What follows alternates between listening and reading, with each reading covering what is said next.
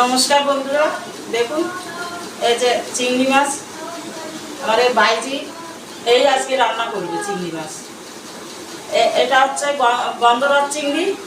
অনেকেই গন্ধরাজ চিকেন খেয়েছেন, কিন্তু আজকে আমি রান্না করব হচ্ছে গন্ধরাজ চিংড়ি। তা আমার এই বাইজি রান্না করছে, দেখুন কিভাবে রান্না করে। এখন রান্না করতে যাচ্ছি, আপনারাও সাথে থাকুন, দেখুন কিভাবে রান্না করি। দেখুন আজকের গন্ধরাজ চিংড়িটা দিদি রান্না করবে। এখানে আমি শুধু একটু মশলা বানিয়ে দিচ্ছি। এখানে বড় সাইজের 3টে পেঁয়াজ কেটে নিয়েছি, আর নিয়েছি সামান্য একটু রসুন আর সামান্য একটু আদা। এটাকে আমি সুন্দর করে একটু মিক্সারে পেস্ট বানিয়ে নিচ্ছি।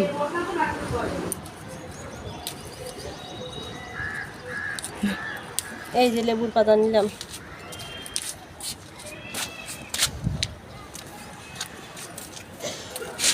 এখন আমরা নিচ্ছি লেবু। এই যে একটা দিদি, আমি একটা ছিঁড়েছি, আর লাগবে না, চলেন নিচে যাই।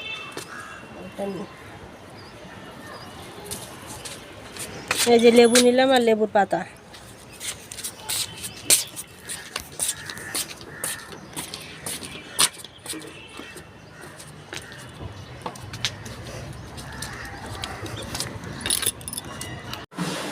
আমার কড়াই গরম হয়ে গেছে, আমি এখন সরিষার তেল দিয়ে দিচ্ছি।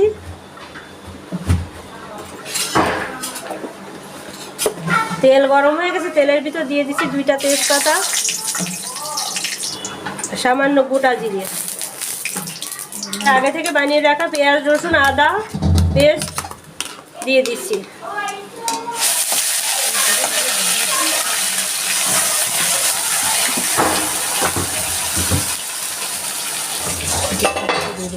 এই পেস্টটা একটু ভাজি করে নেব, লাল লাল করে। কষানো মশলার ভিতর এখন দিয়ে দিচ্ছি 1/2 চামচ হলুদ গুঁড়ো, দিয়ে দিচ্ছি কাশ্মীরি লঙ্কার গুঁড়ো, ধনে গুঁড়ো দিয়ে দিচ্ছি 1 চামচ,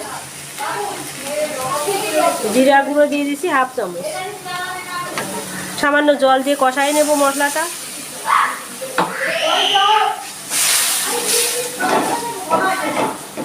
সামান্য লঙ্কার গুঁড়ো দিয়ে দিচ্ছি আমি, হালকা একটু ঝাল ঝাল হবে, টেস্টি টেস্টি।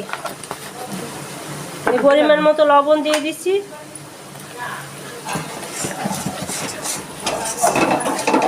এবার চিংড়ি মাছ দিয়ে আমি আরেকটু কষাই নেব।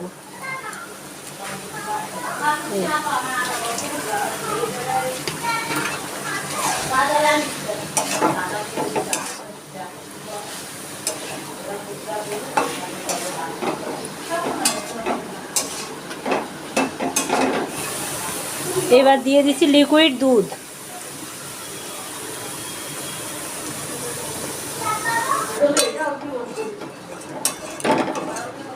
কোনটা? আমি দিয়ে দিচ্ছি লেবু পাতা, গন্ধরাজ লেবু পাতা, এটাতেই ঘ্রাণ হবে। দিয়ে দিচ্ছি লেবুর রস,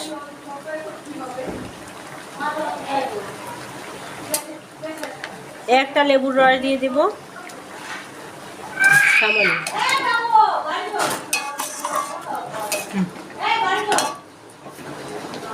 দিয়ে দিচ্ছি সামান্য চিনি।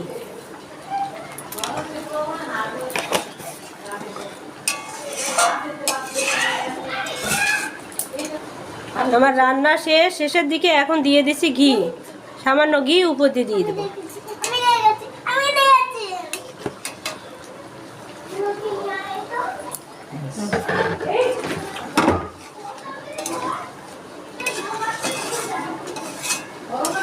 আর দিয়ে দিচ্ছি 2টা কাঁচা লঙ্কা। গন্ধরাজ চিংড়ি রান্না কমপ্লিট হয়ে গেছে। আপনারা একদিন রান্না করে খেয়ে দেখেন।